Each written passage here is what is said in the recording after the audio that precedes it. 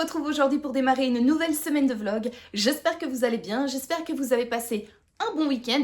Le mien, oui, il fut bon, même si je n'ai pas beaucoup lu. C'est assez frustrant, mais c'est pas grave, j'ai quand même passé un excellent week-end. Donc on va dire que parfois les petits plaisirs divers de la vie font oublier les autres petits plaisirs que l'on aime faire lors des week-ends. Sinon, du coup, comme je vous l'avais annoncé dans mon précédent vlog, et d'ailleurs, si vous ne l'avez pas encore vu, je vous invite bien évidemment à aller le voir. Vous le retrouverez dans le petit juste ici. Voilà, donc n'hésitez pas, si ce n'est pas encore fait, à aller le voir. Je vous disais que j'étais toujours en pleine lecture du 3e tome de La femme de ménage de Freda McFadden. Donc La femme de ménage voit tout. Ça fait une bonne semaine que je me traîne ce livre. J'ai pas beaucoup avancé par rapport à hier, le jour où j'ai clôturé le vlog précédent.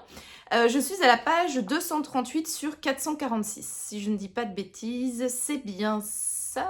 Attendez. C'est ça. Voilà.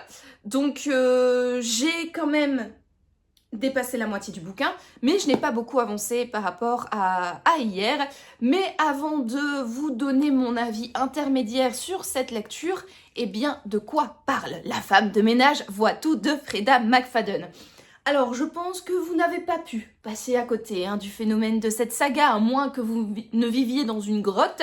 Mais du coup, La femme de ménage, on suit un personnage récurrent qui s'appelle Millie, qu'on avait du coup découvert dans le premier tome quand elle était jeune. Là, on est plus ou moins 20 ans plus tard. Millie a épousé Enzo, elle est la mère de 2 enfants et il déménage à Long Island ou sur Long Island, dépendamment de comment on prononce cela aux États-Unis. Et en fait, Millie et Enzo ont toujours vécu un petit peu ric-rac d'un point de vue argent. Ils vivaient dans le Bronx, dans un petit appartement, etc. Ils pouvaient pas se permettre le grand luxe. Et là, Millie et Enzo deviennent enfin propriétaires. Ils ont acheté une maison, leur maison de rêve. Voilà, donc Millie est hyper contente parce qu'en plus la maison est magnifique, elle est très grande, donc ses enfants vont pouvoir chacun avoir une chambre à coucher. Elle va pouvoir enfin avoir sa cuisine de rêve, sa chambre de rêve, etc. Et en plus, le quartier dans lequel est située la maison, c'est un super bon quartier, non seulement au niveau de la sécurité, mais aussi pour tout ce qui est école alentour, etc., pour l'éducation de ses enfants. Donc Millie est ravie. Mais la seule chose, c'est qu'elle va faire connaissance de ses voisines. Et le moins que l'on puisse dire, c'est que ses voisines, il y en a 2 principalement, elles sont un petit peu cheloues. On a d'abord la voisine d'en face qui, elle, est hypocondriaque. C'est un petit peu la commère du quartier. Elle espionne tout et tout le monde. Elle promène son fils en laisse de peur qu'il lui arrive quelque chose alors que l'arrêt de bus, par exemple scolaire, se situe juste devant sa porte, mais quand même entre le perron et le trottoir, elle va tenir son fils en laisse parce que voilà, sait-on jamais ce qui peut se passer. Donc vous voyez un petit peu le genre, une belle délurée. Et Suzette, son autre voisine, elle, c'est la personne qui aime bien... qui est hyper insupportable parce qu'elle reprend tout le monde. Millie dit qu'elle s'installe à Long Island et elle a dit « Oh Millie, voyons, on ne dit pas à Long Island, on dit sur Long Island !» Puis pareil, Millie est invitée chez elle, elle va se tromper de fourchette, elle va lui faire la remarque. Enfin bref, c'est une personne qui est hyper snob et totalement désobligeante. Et Suzette va avoir un crush sur Enzo parce que Enzo c'est un bel homme. Et donc elle va se mettre à le dragouiller, enfin pas vraiment le dragouiller, plutôt flirter avec lui de manière plus ou moins ouverte, de manière totalement déplacée par rapport à Millie, avouons-le. Et donc on va avoir Millie qui va évoluer dans sa nouvelle vie avec les aléas de sa voisine d'en face et de sa voisine d'à côté qui a envie de mettre le grappin sur son mari. Tout comme les 2 précédents livres, ce 3e tome s'ouvre en fait sur un prologue. C'est ça, oui, un prologue, où on apprend que quelqu'un a été tué. On ne sait pas qui, on ne sait pas où, on ne sait pas par qui, bien évidemment. Et donc, tout le récit, en fait, après le prologue, c'est 3 mois avant, et on va voir, en fait, comment ce meurtre va arriver. Pour l'instant, donc, on suit principalement Millie, et je vous avoue que, en fait, alors oui, on sait qu'à un moment donné, il va y avoir un meurtre et que ça va péter, parce que voilà, on le sait dans le prologue, mais pour l'instant, voilà, on est retourné 3 mois en arrière et on suit Millie, son installation et sa nouvelle vie dans le quartier, mais en fait, il se passe pas grand-chose. Alors oui, ses voisines sont cheloues, ses enfants commencent un petit peu à changer de comportement, elle a aussi une femme de ménage qui vient faire le ménage chez elle, qui est également un petit peu chelou, qui se permet de fouiller dans les tiroirs, qui vraiment a un comportement relativement bizarre. On se pose plein de questions. Donc voilà, il y a c'est clair, des éléments qui nous... Voilà, qui nous titillent un petit peu, qui nous font s'interroger sur ah ben tiens, qui sera la victime, qui sera le meurtrier potentiel, quelles sont les susceptibles fausses pistes qu'il pourrait y avoir dans ce récit. Enfin voilà, il y a quand même tout ça qui se met en place tout au long du récit, mais en vrai, c'est des éléments qui sont hyper anecdotiques par rapport à tout le reste de l'intrigue et clairement, il ne se passe rien. On suit juste Millie dans son quotidien et Millie, tout comme dans les précédents tomes, Millie est chiante. Elle a je trouve qu'elle a un certain cynisme, un certain ton sarcastique. Parce qu'en fait, on suit Millie, on est un peu dans sa tête, donc on suit ses pensées, etc. Et parfois, elle a vraiment des pensées hyper sarcastiques, et c'est un humour, enfin, moi je trouve, c'est une touche humoristique, en fait, qui est mise dans le roman. Mais in fine, Millie, quand elle est dans ses actes, elle ne fait pas du tout ce qu'elle pense, et donc elle est vraiment ennuyeuse, parce qu'elle parle, par exemple, dans sa tête, elle dit « Oh, la Suzette, nanani, j'ai envie d'aller lui donner de lui dire ses 4 vérités en face, parce qu'elle m'énerve, va draguer mon mari, machin, bidule chouette. » Et puis pour finir, une fois qu'elle a Suzette en face, c'est « Ah, Suzette, oui, parce que par hasard, est-ce que tu n'aurais pas vu mon mari? Je le cherche. » Alors que dans sa tête, 10 minutes plus tôt, elle était là « Ouais, je vais lui dire qu'elle arrête de faire venir mon mari chez lui, machin bidule chouette. » Et voilà, et donc du coup, enfin, il y a un peu tout ça qui se passe. On sent qu'il y a des petites tensions. Enfin bref, voilà. Il se passe 2-3 petits trucs, mais in fine, on suit juste Millie. Et Millie, elle est chiante. Sa vie n'est pas très intéressante. Elle est, comme je le disais, un peu plate. Moi, j'aime bien dire que c'est une moule, en fait, parce que c'est un animal qui n'est pas très utile, qui est juste là, accroché à son rocher, et qui se laisse un petit peu balader par les vagues. Mais sinon, voilà, c'est pas quelqu'un qui va prendre les devants, aller nager, parcourir les océans, etc. Non, elle est juste là, voilà, ouh, ma vie est chouette, je me laisse balader. Et voilà, c'est exactement ça, en fait. Elle est molle, il se passe des trucs devant ses yeux et t'as envie de la secouer en disant « Mais enfin, bon sang, si ça te gêne à ce point-là, mais va faire les remarques aux gens ou arrête... » Enfin, je sais pas, dis à ton mari que ça te dérange, mets-lui un petit peu la vérité en face, parle de tes sentiments, etc. Et il y a aussi toute cette espèce de discours hyper redondant. On sait que Millie n'a pas beaucoup d'argent et on le sait parce qu'elle le répète à chaque page. À chaque page, elle est là « Oh mon Dieu, Suzette a un nouveau bracelet en diamant, je me demande combien ça coûte parce que nous, on est tellement... comment dire, on est tellement ric-rac. Voilà, on est tellement... comment on dit on n'a pas beaucoup d'argent, enfin bref, on n'a pas beaucoup d'argent de côté, donc jamais je pourrais me payer ce genre de bracelet. On a déjà du mal à rembourser le prêt hypothécaire pour la maison, et en plus Enzo, bah lui il arrête pas de travailler pour gagner de l'argent parce qu'en fait on n'a pas beaucoup d'argent et donc du coup c'est difficile pour nous de boucler les fins de mois. Oh mon Dieu, mon enfant il a cassé un vase chez Suzette, j'espère qu'il me demandera pas de le rembourser parce que on n'a pas beaucoup d'argent et déjà comme ça c'est difficile de rembourser le prêt hypothécaire de la maison, et en plus il faut que j'aille faire les courses, et donc du coup je voudrais pas que Suzette, je suis sûre son vase coûte 1000 $ et je n'ai pas 1000 $ parce qu'on est ric-rac et parce qu'il faut payer. Oh, et elle arrête pas de tourner comme ça en boucle. C'est bon Millie, on a compris que tu étais pauvre, ça va, arrête, t'as un prêt hypothécaire à rembourser, mais tu sais, moi aussi dans ma vie j'ai un prêt hypothécaire à rembourser et pourtant tu m'entends pas me plaindre tous les jours, toutes les pages de ma vie, tu m'entends pas me plaindre là-dessus, donc arrête, stop. Et encore en plus de ça, il y a ses enfants, surtout son fils. Donc en fait elle a une fille, Ada, et Nico, un garçon qui est donc le plus jeune. Tu vois qu'il commence à avoir un changement au niveau de son caractère et tu sens que c'est pas... Voilà, toi en tant que lecteur averti, tu dis il se passe quelque chose, c'est pas normal là, c'est pas normal. Millie, ton fils, c'est pas normal ce qui se passe avec lui. Et elle est là, oh bah tiens Nico, d'habitude il mange beaucoup, il mange mes macaronis, il adore mes macaronis. Et là, oh bah c'est bizarre, oh bah il est bizarre en ce moment mon fils, je ne comprends pas ce qui se passe. Bref, c'est pas grave, oh, on a des problèmes d'argent, nanani. Et elle tourne en boucle comme ça, enfin bref, sur ses pensées. Et in fine, elle ne fait rien. Elle ne fait rien par rapport à sa voisine, elle ne fait rien par rapport à son fils. Elle est juste là, elle constate des choses. Et en fait, t'as l'impression que c'est Dory dans le monde de Nemo. Elle constate les choses et puis elle est... Ah, et elle passe à autre chose. Et voilà, et puis c'est le chapitre d'après, puis il se passe de nouveau quelque chose, puis elle râle de nouveau sur Suzette, puis elle se plaint de nouveau qu'elle a plus d'argent, puis ensuite elle se dit tiens mon fils il est bizarre, et puis bam, nouveau chapitre, et repeat, repeat, repeat, repeat, repeat, et il n'y a pas vraiment d'avancée ou de suspense qui devient plus profond, qui devient plus haletant, etc. Non, on suit juste la vie de Millie. Millie est chiante, et sa vie est chiante. Voilà. Franchement, je trouve que, honnêtement, heureusement que la plume est cool. Je trouve que c'est, mine de rien, c'est bien écrit. Les chapitres sont courts.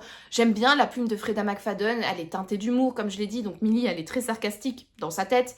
Il y a vraiment des touches d'humour comme ça de temps en temps. Je trouve que c'est bien écrit. C'est assez paradoxalement page-turner parce que t'es bien en fait quand tu lis l'histoire. Dès que tu te poses, tu peux facilement lire 2-3 chapitres. T'as envie de continuer. Les pages défilent facilement. C'est bien. Alors, je dis souvent que c'est bien écrit, mais c'est pas 100% vrai parce que parfois il y a des tournures de phrases ou des mots utilisés où t'es un peu genre ouais. Mais vous savez, c'est quand même cette plume qui est assez facile. Donc, en un sens, c'est bien écrit dans le sens où c'est facile à lire, quoi. Voilà, c'est pas de la grande littérature, mais c'est facile à lire, t'es bien dedans, les pages tournent rapidement, facilement, etc. Donc, t'avances dépendamment de combien de pages tu lis par jour, mais ces pages-là, elles défilent quand même facilement, en fait. T'avances bien dans l'histoire, donc je vais pas dire que c'est une lecture insupportable, j'ai lu pire ces derniers temps, mais voilà, il y a quand même ce côté hyper addictif, bien écrit, où t'es bien dedans, où voilà, il y a quelque chose de positif à ce point de vue-là, mais on va dire que la forme est bien, voilà, mais le fond, oh là là, vraiment, j'ai hâte d'avancer, j'ai hâte qu'il y ait un nouveau souffle à l'intrigue, j'ai surtout hâte qu'on arrive à ce punaise de meurtre, pour enfin être de l'autre côté en fait du miroir, de voir potentiellement est-ce qu'on change de point de vue comme dans les précédents tomes. Et donc voilà, j'espère qu'il va y avoir bientôt un nouveau souffle, un nouveau rythme qui vont être insufflés à l'intrigue. Parce que pour l'instant, je trouve pas ça oufissime, quoi. Je le lis parce que voilà, j'ai envie de connaître le fin mot de l'histoire. C'est une saga que j'aime bien, donc j'ai envie de la terminer. Mais ouais, voilà, c'est un peu un avis intermédiaire en mi-teinte, quoi. Il y a ce côté très nostalgique dans le sens où j'ai beaucoup aimé le premier tome et donc j'ai envie de terminer la saga parce que voilà, j'ai envie de connaître le fin mot de l'histoire. Mais il y a un autre côté où je me dis putain, mais à quoi bon? En fait, j'ai tellement de livres dans ma palle. Ça tombe, je trouverais plus intéressant que ça à lire. Mais bon, bref, je le continue. J'espère le terminer cette semaine parce que j'en ai marre de le traîner. Voilà, ça fait plus d'une semaine que je suis dans ce bouquin. Je n'aime pas traîner mes livres. Et en plus, comme l'histoire n'est pas ouf, j'ai hâte de le terminer également. Voilà donc pour mon avis intermédiaire sur le 3e tome de La femme de ménage. Donc La femme de ménage voit tout de Freda McFadden. Et sinon, j'ai terminé mon livre audio, donc je vous en ai parlé également dans le précédent vlog, mais j'ai lu donc Le couple d'à côté de Shari Lapena, je vous mettrai la couverture juste ici. Je l'écoutais en audio lors de mes séances running, et entre dimanche et les runs que j'ai fait hier et aujourd'hui, eh bien j'ai terminé, voilà, mon livre audio. Franchement, c'était pas mal. Alors c'est pas le roman exceptionnel, on est dans un thriller domestique somme toute classique, mais avant d'aller plus avant dans mon commentaire, je vais peut-être vous faire le résumé parce que je vous ai pas encore présenté ce livre dans ce vlog. Donc on suit Anna et Marco qui sont un couple et qui sont les heureux parents de Cora, un petit bébé de 6 mois. Plus ou moins 6 mois. Et un jour, en fait, Cora va disparaître. Et le contexte de sa disparition est assez spécial parce qu'en fait, Anne et Marco étaient chez leurs voisins en train de fêter l'anniversaire du mari de leur voisine. Et en fait, la babysitter s'était décommandée à la dernière minute et ils n'avaient pas envie d'annuler les plans. Au début, Anne disait oui, mais alors je vais rester à la maison, je vais garder Cora, etc. Et Marco lui dit écoute, la maison est juste à côté, tu sais quoi, on va prendre le babyphone, on va se relayer toutes les demi-heures, on va chacun aller voir comment va Cora, mais bon voilà, on s'est engagé envers nos voisins pour aller faire la fête, donc voilà, on va fêter l'anniversaire de notre voisin et t'inquiète, il lui arrivera rien, voilà, on est juste à côté, quoi, voilà, la maison est juste à côté, on prend le babyphone, on va voir toutes les demi-heures, qu'est-ce qui pourrait se passer de mal? Bien évidemment, vous vous en doutez, et de toute manière je l'ai dit au tout début de ce résumé, Cora va disparaître. Voilà, ils rentrent vers 1h30 du matin, quelque chose comme ça, chez eux, et ils découvrent le lit de la petite totalement vide, aucune trace de Cora. Ils ne savent pas où elle est passée, et donc bah du coup on va suivre en fait cette recherche de qu'est-ce qui est arrivé à Cora, est-ce qu'elle a été enlevée, pourquoi est-ce qu'elle a été enlevée, est-ce qu'elle est morte, comment est-elle morte, enfin voilà, on se pose plein de questions et on va suivre un petit peu le déroulé de cette histoire, de ce drame familial. Donc comme je le disais, on est dans un thriller domestique, donc on va suivre une quantité assez réduite de personnages, donc on va suivre principalement Anne Marco, les parents de Anne, on va suivre également les voisins, les flics vont également intervenir parce que mine de rien il va y avoir une enquête policière autour de la disparition de cet enfant, et puis bah, voilà, on va suivre l'évolution de ce petit drame. Franchement je trouve que c'est un roman qui fait totalement de taf, alors c'est pas... Voilà, comme je le disais, c'est pas non plus une lecture extraordinaire, c'est pas le roman qui va bouleverser les codes, qui m'a retourné la tête, etc. Mais j'ai quand même trouvé que c'était une lecture agréable. Il y avait des bons rebondissements, certains d'entre eux étaient prévisibles, mais j'ai quand même été surprise sur 2-3 points. Il y a un point que je sentais qu'il y avait quelque chose de pas normal, mais j'arrivais pas à mettre le doigt dessus, et puis quand la révélation de ce rebondissement est arrivée, j'étais ah ouais, alors je m'en doutais un petit peu, mais j'aurais pas mis le doigt quand même là-dessus. Et puis à la fin, il y a quand même eu aussi un rebondissement, ou en tout cas un élément qui m'a vachement surprise, que là pour le coup je n'avais pas du tout vu venir. Donc voilà, des rebondissements intéressants, prévisibles, parfois prévisible à 100%, prévisible à 50%, prévisible à 25% ou prévisible pas du tout à 0% quoi. Mais franchement voilà, c'était assez agréable, j'ai bien aimé, moi ça m'a bien immergée pendant mes longues sessions running. Franchement même dimanche j'ai été courir pendant 2h30, bah, pendant 2h30 j'ai écouté ce livre, je n'arrivais pas à me retirer de cette histoire. Et c'est vrai qu'à chaque fois que mes runs étaient terminés, j'étais à la limite déçue de devoir couper ma lecture audio parce que j'étais bien dedans. Je trouvais que la narration était très fluide et surtout le narrateur était vraiment, je trouvais qu'il faisait vraiment bien son boulot. En tout cas, c'était très immersif. J'ai bien aimé la manière dont il racontait l'histoire, etc. Et voilà, donc chouette petit thriller domestique qui, comme je l'ai dit, qui n'est pas exceptionnel, qui ne transcende pas voilà, une lecture qui n'est pas transcendante, mais qui m'a accompagnée pendant le livre faisait 9 heures et je l'écoutais en vitesse 1.8, quelque chose comme ça. Donc il m'a, allez on va dire pendant environ 4h30, 5h, quoi. Il m'a accompagné pendant mes sorties running. Et ça, ouais, ça m'a bien immergée, ça m'a bien plu, voilà, j'ai passé un excellent moment running. Je n'avais pas cette impression d'ennui comme j'avais par exemple de temps en temps avec l'apothicaire de Henri Lovenbruck, qui est un autre livre que j'ai écouté en audio pendant mes sorties running, où là, après 1h30 d'écoute, je coupais la narration parce que j'en avais un peu marre. Là, non, vraiment, j'étais bien dedans. Je trouvais qu'il y avait quand même...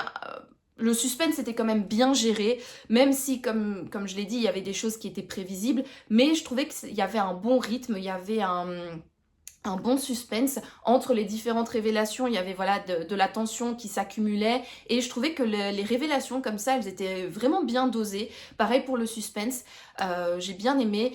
J'ai trouvé aussi la construction psychologique des personnages hyper intéressante, notamment Anne, donc la maman, parce qu'on va développer un petit peu aussi tout ce qui est autour de la maternité, donc le postpartum, les petites dépressions que les femmes qui viennent d'accoucher peuvent avoir, et donc tout le chamboulement au niveau hormonal, etc., que ça peut induire. Et ça, j'ai bien aimé que ce soit abordé dans ce livre. Après, bien évidemment, ces questions sont abordé, j'ai envie de dire, avec des gros sabots, quoi. Donc tu sais pourquoi on apporte ces éléments dans l'intrigue. Mais voilà, mine de rien, j'ai trouvé ça intéressant, j'ai trouvé ça chouette que ça soit abordé. Même si c'est une facilité narrative, voilà, je trouve que ça fait partie du contexte, ça fait partie du bouquin, ça fait partie de l'ambiance, et ça fait partie des points positifs, je trouve, que je retiens de ce bouquin, voilà. Donc franchement, chouette lecture. Alors j'avais déjà eu un petit aperçu l'univers de la plume, etc. de Shari Lapena, parce que j'avais lu il y a quelques années, je pense que c'est un assassin parmi nous, je sais plus exactement le titre, je vous le mettrai ici. Je l'avais lu donc pour mes 30 ans, ouais, c'est le livre avec lequel j'ai passé le cap de mes 30 ans, donc en 2023. J'avais pas été 100% convaincue, j'avais trouvé ce livre très très brouillon et le final ne m'avait pas du tout convaincue parce que j'avais l'impression qu'en fait l'autrice ne savait pas trop où mener son intrigue et qu'elle avait pioché l'identité du coupable en fait dans un chapeau pardon, parce qu'elle ne savait pas trop voilà qui mettre comme coupable et donc elle s'est dit ah merde il faut que je conclue mon histoire, hop. Ah bah voilà, ce sera lui. Voilà, j'avais vraiment eu cette impression de récit brouillon, sans queue ni tête, avec un final qui était totalement pas du tout crédible, je trouve. Or, ici, je trouvais que la narration, elle était beaucoup plus maîtrisée. Pareil pour, comme je l'ai dit, voilà, le déroulement de l'histoire, la tension qu'elle met de temps en temps, les révélations voilà, qu'elle place au fur et à mesure du récit, et puis la révélation finale et la fin, je les ai trouvées totalement convaincantes. J'ai trouvé que là pour une fois c'était vraiment bien construit de A à Z et donc ça a un petit peu relevé l'avis que j'avais de base des récits de Shari Lapena et je pense honnêtement que j'en réécouterai. Je trouve que l'atmosphère d'un thriller domestique comme ça pour aller courir, j'aime beaucoup moi personnellement, c'est le genre d'histoire qui...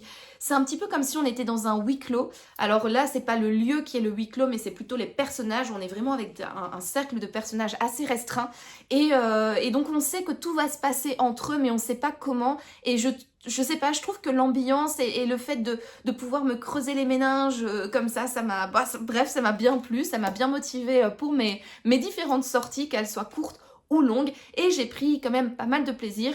Donc franchement c'est un bouquin que je recommanderais pour les personnes qui ne sont pas trop regardantes par rapport à voilà au fait que ce soit un récit dingue, exceptionnel, etc. Je pense que je lui ai mis la note de 15 ou 16 sur Livre Addict, donc c'est une bonne note, mais c'est pas non plus un roman exceptionnel. Mais je trouve que c'est un bon petit thriller domestique qui fait le taf, et donc si vous n'êtes pas trop regardant sur l'exceptionnabilité, je sais pas si ça se dit, mais voilà, sur le fait d'être sur un récit qui ne sort pas des cadres, qui est un peu...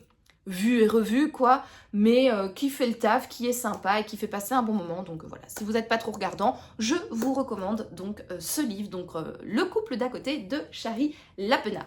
Voilà donc mon avis final sur donc ma lecture audio. Je vais en commencer une nouvelle demain, mais je ne vais pas encore vous dévoiler le titre aujourd'hui. Voilà, je vais laisser planer un petit peu le suspense parce que j'ai déjà bien parlé pour aujourd'hui. Et bah écoutez, je vous dis donc à plus tard.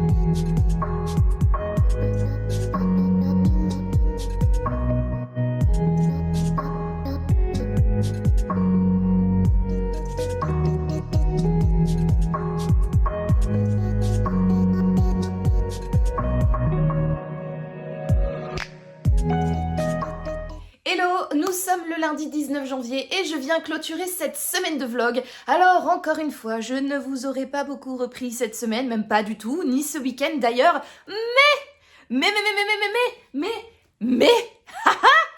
j'ai terminé, j'ai terminé La femme de ménage voit tout de Freda McFadden et j'en suis heureuse les amis, parce que du coup, je l'aurais lu presque pendant 2 semaines et Dieu que c'était long.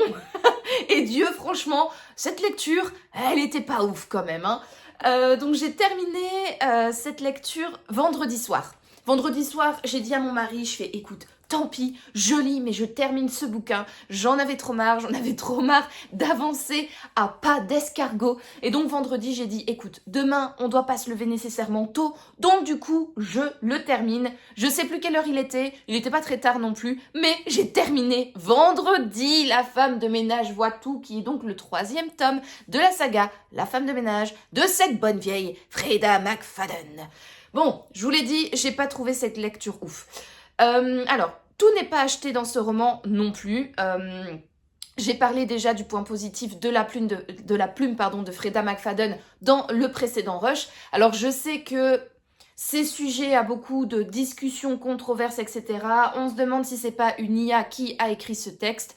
Moi personnellement, je m'en fous, je me pose pas la question. Je sais juste que c'est agréable à lire. C'est pas non plus une plume dinguissime, mais il y a quand même cette facilité narrative. Je trouve que c'est bien écrit, il y a une pointe d'humour. Alors c'est vrai que parfois le vocabulaire utilisé, alors je ne sais pas si c'est dans la version anglaise également, mais en tout cas dans la version française, parfois il y a des mots où tu te dis mais d'où ça vient. Voilà, c'est des mots qui sont d'un vocabulaire quand même relativement soutenu et des mots qui sont très très peu utilisés en français. Du coup c'est clair que je me pose un petit peu la question de pourquoi est-ce que la traductrice a utilisé ce mot pour la traduction anglaise, pour traduire de l'anglais au français. Est-ce que c'est comme ça déjà dans la version originale? Je ne sais pas parce que je ne lis pas en anglais, mais c'est vrai que parfois je m'interrogeais sur le vocabulaire en français. Donc voilà, la plume, elle fait le taf, j'en ai déjà parlé dans le précédent vlog, le précédent vlog et le précédent rush. Mais ce que j'ai aussi beaucoup aimé dans ce livre-là, c'est le twist, voilà, qu'il y a à un moment. Je ne m'y attendais pas, vraiment. J'ai été vachement surprise de ce twist. Vraiment, je ne l'ai pas vu venir. Je savais qu'il y avait, pour le dire, j'allais dire qu'il y a une coronette dans le pâté, mais c'est pas très poli comme expression. Je me doutais qu'il y avait anguille sous roche, voilà. Que quelque part, on nous orientait vers une piste, mais que ça n'allait pas être ça. Je trouve que c'est ultra prévisible, on le sent. Dès le début, tu sens que voilà, t'es mené sur une fausse piste, mais tu sais pas d'où va venir l'attaque. Et l'attaque est venue d'un élément auquel je ne m'attendais pas du tout. Donc j'avoue que là, pour le coup, le twist a fait le taf. Cela dit, je trouve qu'il est arrivé assez tard dans l'histoire. Le développement de ce twist, du coup, parce que Freda explique le pourquoi du comment de ce twist, ça c'est bien parce que parfois certains auteurs ne le font pas ou expédient ça en 2-2. Là, elle prend quand même une partie du roman pour expliquer le twist.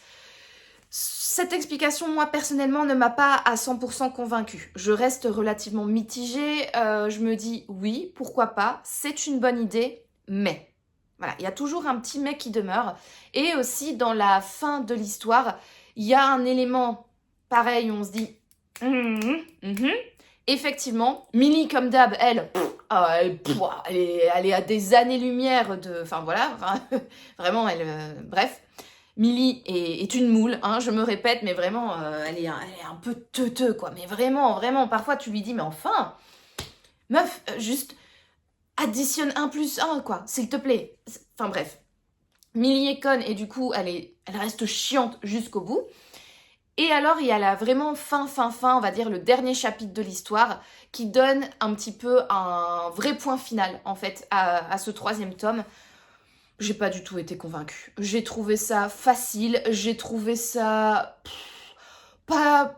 Je vais pas dire pas crédible, parce que c'est pas vrai, mais honnêtement, je trouve qu'elle aurait pu terminer son livre d'une meilleure façon. Voilà, j'ai pas été convaincue, j'ai pas... Ouais, je reste un petit peu mitigée, quoi, à la fin, où en fait... Vraiment, un élément m'a convaincue, je suis très contente, mais le reste, je trouve que c'est un peu... Voilà, c'est... un peu bâclé, un petit peu facile, un petit peu... voilà. Moi, personnellement, ça ne m'a pas convaincue à 100%, ça n'a pas fait le taf, et je reste quand même sur une lecture moyenne par rapport à ce 3e tome. Moi, le 1er tome, La femme de ménage, j'avais véritablement aimé. J'avais trouvé que ça a changé de tout ce que j'avais pu lire jusqu'avant. J'avais bien aimé les rebondissements, voilà.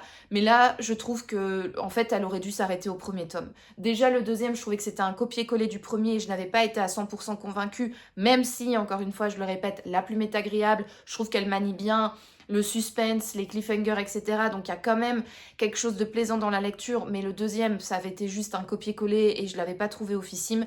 Là, ce 3e, je trouve que c'est vraiment le tome en trop. Elle aurait dû s'arrêter au 1er, quoi. Voilà, elle aurait pas dû flirter sur le succès de sa série. Elle aurait dû vraiment que faire le 1er et ça aurait été très bien.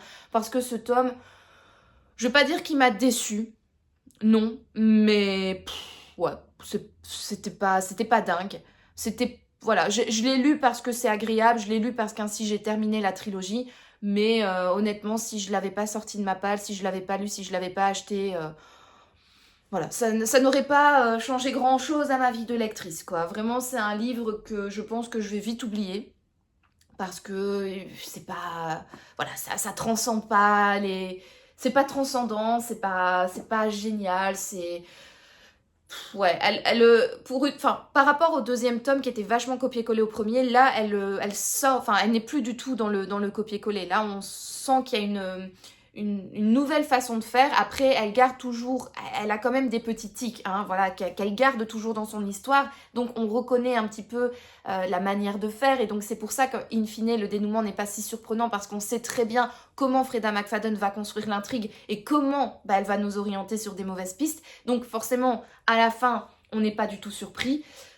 Et voilà, je sais plus pourquoi je voulais dire ça. Oui, c'est parce que je voulais dire que voilà, même s'il y a une même manière de faire, il est moins copié-collé que le deuxième, qui était fortement copié-collé du premier.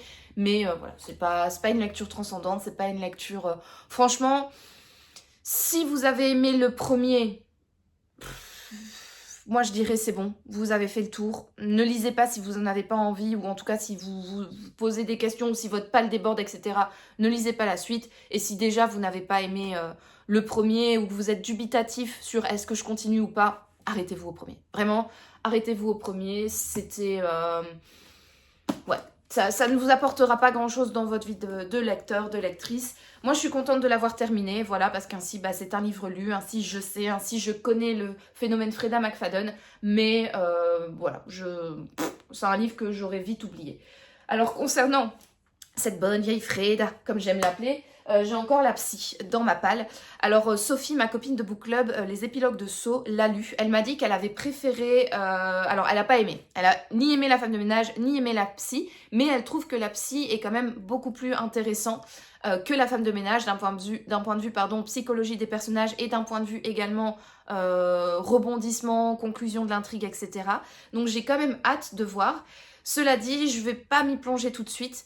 Parce que même si j'apprécie la plume de Freda McFadden, sincèrement j'apprécie vraiment sa plume, j'ai peur de trop comparer avec la femme de ménage et j'ai peur de justement peut-être repérer un peu trop rapidement les manières de faire, de tisser l'intrigue, parce que je ne sais pas trop du coup à quel point, voilà, elle peut se répéter dans ces différentes sagas. Là dans la femme de ménage on peut dire bah oui il y a de la répétition parce que ça reste une saga. Maintenant, peut-être que quand on passe à un autre roman, sa façon de construire l'intrigue change du tout au tout. Je ne sais pas.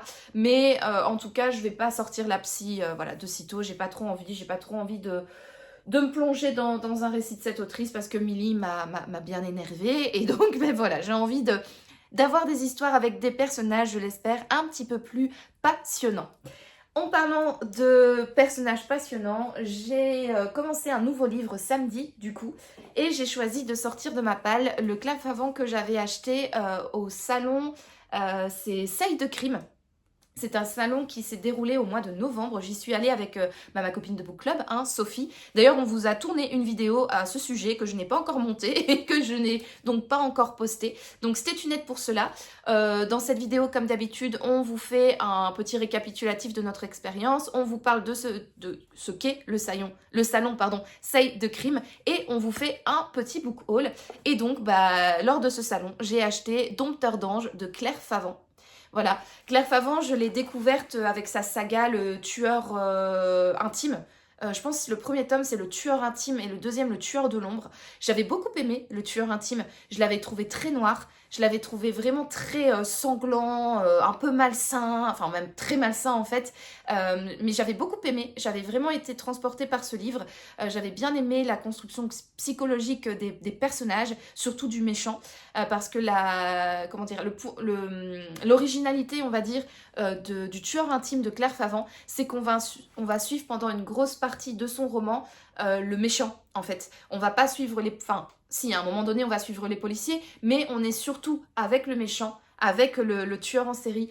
Et on est dans sa tête, on est avec lui, on voit sa construction, on voit comment il construit ses méfaits. Voilà, on voit véritablement comment il devient de plus en plus noir, de plus en plus malsain, de plus en plus méchant, de plus en plus sournois, etc. Et j'ai trouvé ça vraiment très intéressant.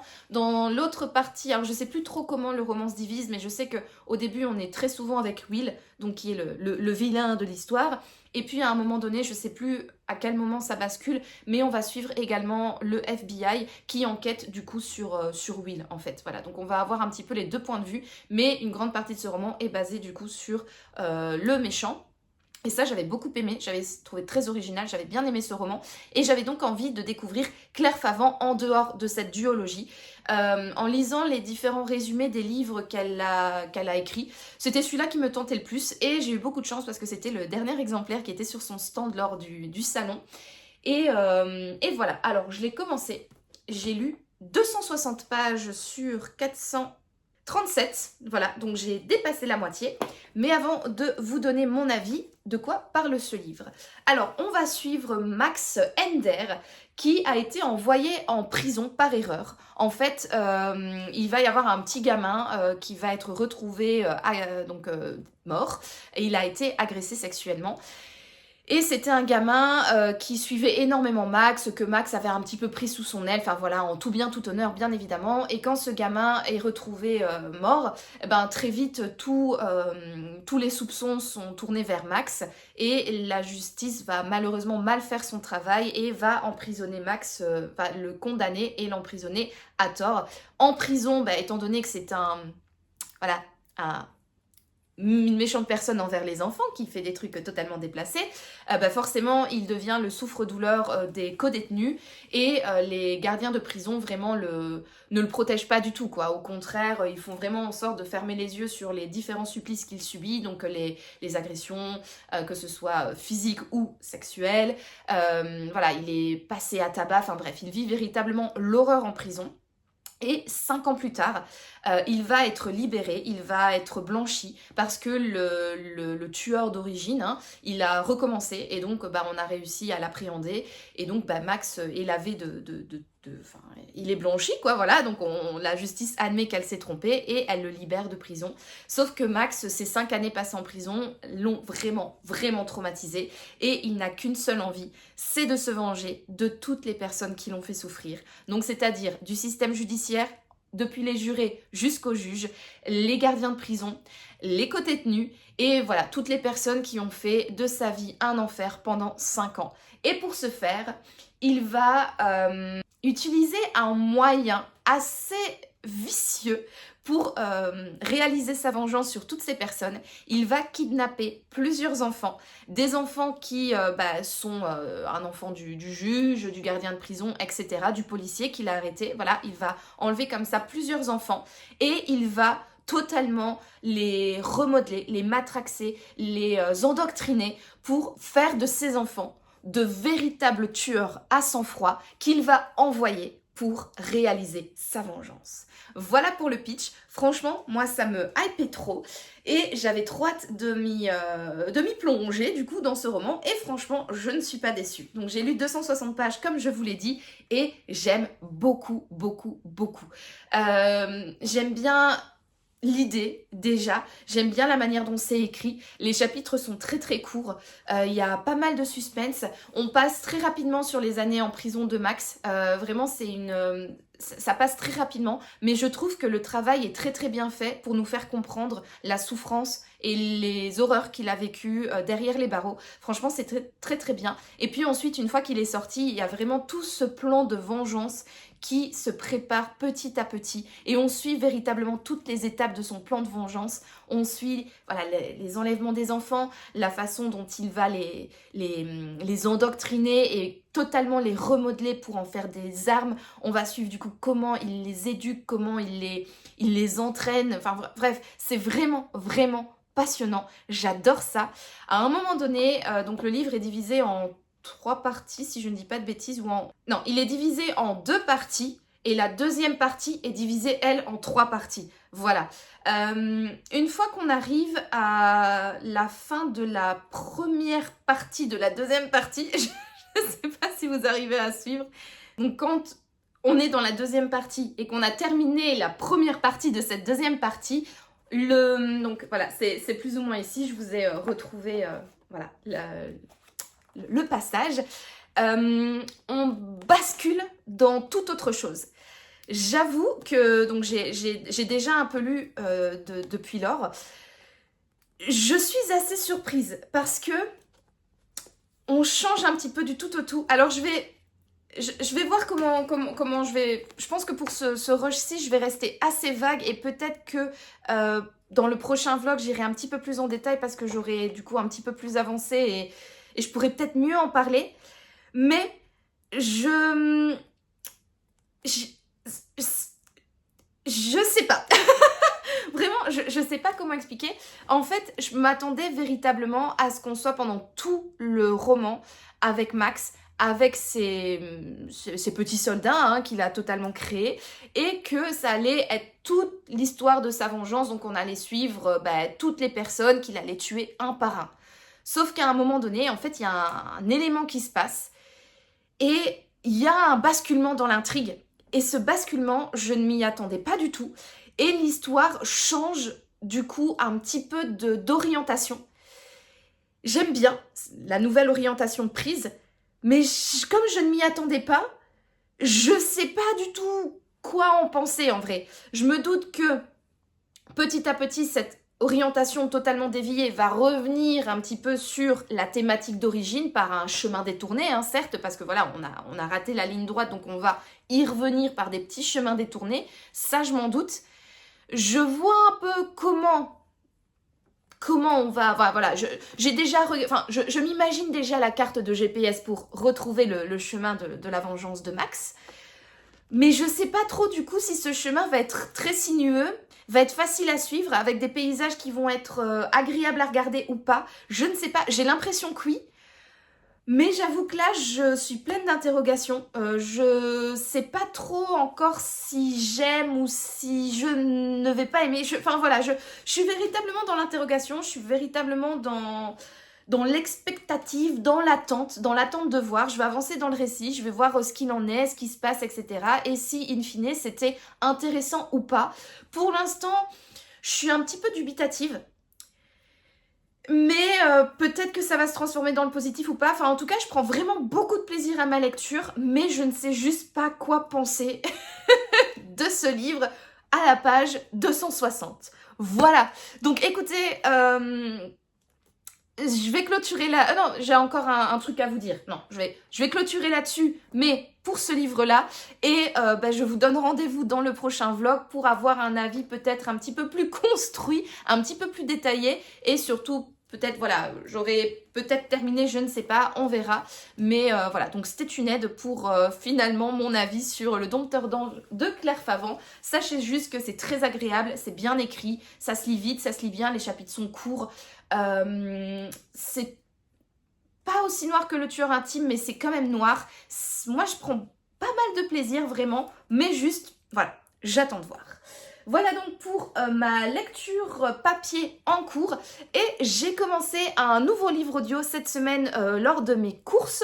J'ai commencé Rien n'est vrai de Lisa Jewell et à l'heure où je vous parle, j'ai déjà écouté 52% du récit. Alors, dans ce livre, on va suivre donc Alix, qui est une podcasteuse professionnelle, voilà. Elle fait des podcasts sur des femmes extraordinaires qui ont eu des destins extraordinaires, etc. Et le jour de son anniversaire, le jour de ses 45 ans, elle va croiser le chemin de Josie, qui a le même âge qu'elle et qui est née exactement le même jour. Et donc Josie s'appelle elle-même la jumelle d'anniversaire d'Alexis. Josie, c'est un petit peu la femme banale. C'est la meuf qui n'a pas vraiment de style, qui n'a pas vraiment un bel appartement, qui n'a un peu rien pour elle, qui est vraiment la personne lambda, voilà, la personne qui est pas très intéressante, qui fait pas des choses vraiment très intéressantes, qui Voilà. Mais une chose, c'est que Josie en a marre un petit peu d'être cette personne inintéressante. Elle a envie de changer de vie et donc elle va demander à Alix de faire un podcast sur elle parce qu'elle se dit, vous faites toujours des podcasts sur les femmes qui ont eu un destin extraordinaire, mais vous les interviewez après, voilà, que tout soit arrivé. Pourquoi est-ce que vous écriveriez pas ou en tout cas créerez-vous. Pourquoi est-ce que vous ne créeriez pas putain, j'arrive pas. Pourquoi est-ce que vous ne feriez pas, voilà, un podcast sur une femme à qui, pour l'instant, il n'arrive rien, mais qui sent que sa vie va changer, qui a envie que sa vie change, et donc de suivre, en fait, de faire un espèce de documentaire de vie pour ensuite, in fine, si je réussis mes objectifs, voilà, au moins on m'aura suivi pendant toute la durée de mon changement de vie. Au début, Alix, elle n'est pas trop, voilà, mais finalement, elle se laisse tenter et elle va commencer à donner des rendez-vous à Josie pour l'interviewer et pour réaliser ce podcast. Et au plus elle se voit, au plus elle découvre des choses qui sont vraiment, très choquantes, très malsaines. Et au plus elle creuse, elle n'arrive plus à discerner ce qui est vrai de ce qui est faux. Elle est vraiment un peu prise au piège dans une espèce de manipulation. On a vraiment l'impression que, c'est un petit, en fait le roman est un petit peu malsain, un petit peu malaisant. Et en fait, quand on suit les personnages de l'entourage de Josie, que ce soit sa mère ou son mari, à chaque fois ils répètent que il faut pas la croire, c'est un petit peu, faut pas croire tout ce qu'elle dit, etc. Et donc quand on suit l'histoire de Josie à travers les interviews d'Alix, nous aussi, en tant que lecteur, on se demande, est-ce que c'est vrai, est-ce que c'est faux? Mais du coup, si c'est faux, quel est le but de Josie? Mais si c'est vrai, c'est horrible. Et du coup, pourquoi est-ce que tout son entourage est monté contre elle? Enfin voilà, on ne sait plus trop discerner le vrai du faux. Et Alix est prise véritablement dans le même tourbillon que nous, en tant que lecteur. Elle est un peu prise dans cette espèce de récit dont elle n'arrive pas à s'extirper et dont elle n'arrive pas à discerner le vrai du faux, quoi. Voilà un petit peu pour le résumé. J'aime beaucoup ce livre. Pour tout vous dire, dimanche, hier, je n'avais pas du tout envie d'aller courir. Mais alors pas du tout, je n'étais pas motivée. J'ai vraiment zéro motivation. Et la seule chose qui m'a motivée, c'est que je devais aller courir 1h30 et que donc je pouvais écouter mon livre pendant 1h30. Et je peux vous dire que du premier pas jusqu'au dernier, j'ai écouté bien attentivement ce livre audio et je prends beaucoup de plaisir. C'est un récit qui est... il est... malsain. Moi, je le trouve un petit peu creepy quand même sur les bords. Mais il est malsain, il est malaisant. Mais vraiment, les personnages sont... Josie, elle est un petit peu chelou. Le mari de Josie aussi, il est chelou. Il y a une atmosphère très étrange qui plane autour de ce roman. C'est malsain, c'est malaisant. Tu sais pas non plus en tant que lecteur qui croire. Tu sais pas, tu t'imagines plein de choses, tu sais que ça va péter parce qu'on est quand même dans un thriller un petit peu, alors je dirais pas domestique, plutôt, je sais pas, entre domestique et psychologique peut-être ce thriller. J'irai voir d'ailleurs la dénomination officielle sur Babelio, Livre Addict, je vous la mettrai juste ici. Mais voilà, donc on est dans ce genre de thriller et c'est... Ouais, tu sens que ça va péter, mais tu sais pas de où. Tu sens qu'il y a des trucs qui sont pas honnêtes, qu'il y a pas mal de mensonges, mais tu sais pas où sont les mensonges, tu sais pas où est la malhonnêteté. Bref, c'est intriguant, c'est prenant. Moi, je prends vraiment beaucoup de plaisir. J'ai qu'une envie, c'est d'enfiler mes baskets et d'aller écouter ce livre parce que j'ai envie de continuer cette histoire et d'avoir le fin mot de tout ça. Et franchement, ouais, je prends... Ouais, c'est cool, c'est vraiment cool, c'est vraiment un très chouette livre. En plus, je trouve que la lectrice, elle fait totalement le taf. Il y a des espèces parfois d'effets sonores comme ça qui te... Ouh là là, quand le chapitre commence, t'as une petite musique qui te met tout de suite dans l'ambiance. Et ouais, c'est vraiment prenant, c'est vraiment addictif, c'est malsain, c'est bien écrit, c'est bien narré. Je suis totalement dedans et j'ai hâte de le continuer, de le terminer et du coup de vous en parler un peu plus dans le prochain vlog, du coup. Et voilà, c'est sur ce long blabla livresque entre lecture papier et lecture audio que je conclue cette semaine de vlog. Je vous remercie d'avoir regardé cette vidéo. Si vous l'avez aimée, n'hésitez pas à me laisser un petit pouce bleu ainsi qu'un commentaire pour me dire ce que vous en avez pensé. Est-ce que vous aussi vous avez lu les livres que je vous ai présentés dans ce vlog? Qu'en avez-vous pensé? Est-ce que vous les avez aimés, détestés, ou bien est-ce que tout simplement je vous ai donné envie de les découvrir, pardon? Voilà, dites-moi tout ça dans les commentaires. Si ce n'est pas encore fait, je vous invite fortement à vous abonner à ma chaîne. C'est toujours chouette de voir cette communauté grandir de semaine en semaine, même si pour l'instant elle ne grandit plus tellement cette communauté. Au contraire, j'ai l'impression de perdre des abonnés au fil des semaines. Et donc du coup, pour contrer cela, s'il vous plaît, si ce n'est pas encore fait, abonnez-vous, voilà. Et écoutez, moi en attendant de vous retrouver dans un prochain vlog, je vous souhaite comme d'habitude de passer une excellente journée, une excellente soirée ou une excellente nuit, peu importe. Et je vous dis donc à bientôt pour de nouvelles aventures livresques. Ciao!